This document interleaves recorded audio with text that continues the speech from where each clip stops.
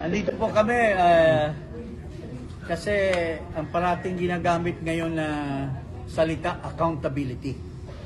So parating sinasabi ni Senator Risa Hontiveros, the Vice President should be accountable. But dapat naman kung may offenses ka rin, allegations of offenses, you are also accountable. So today, andito po kami, together with myself, former Congressman Jig Paras, my good friend, Attorney Ferdinand Topacio, Attorney Manuel Luna. We're filing a case for disorderly conduct of Senator Risa Hontiveros with the Committee on Ethics. Because under our Constitution, ano itong provision na ito? Article 6, Section 16. Oh, sabihin mo, partner. Yeah, it's in Article 6, Section 16, Paragraph 3. Yun po ang ating basehan dito sa aming ethics complaint against Senator Risa Hontiveros. So, as explained by former Congressman Jig Paras, kaming tatlo ang complainants dito. Ito po yung specific provision. No?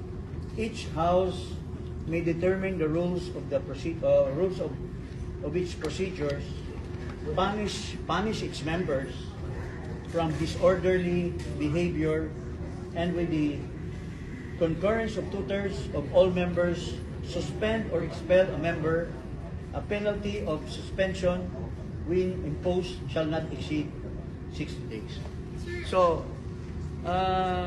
siguro kayong mga media na narinig nyo na yung statement noong si alias Rene.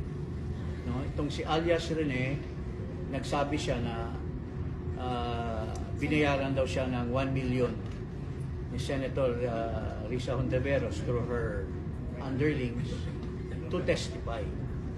Prior to that, nag-testify siya kasi she was asked to testify with some consideration.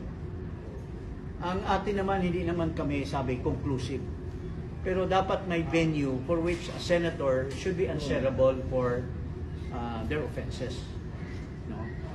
Sabi sa ating saligang batas, dapat ang Senado lang ang makadisiplina ng kanilang sariling miyembro.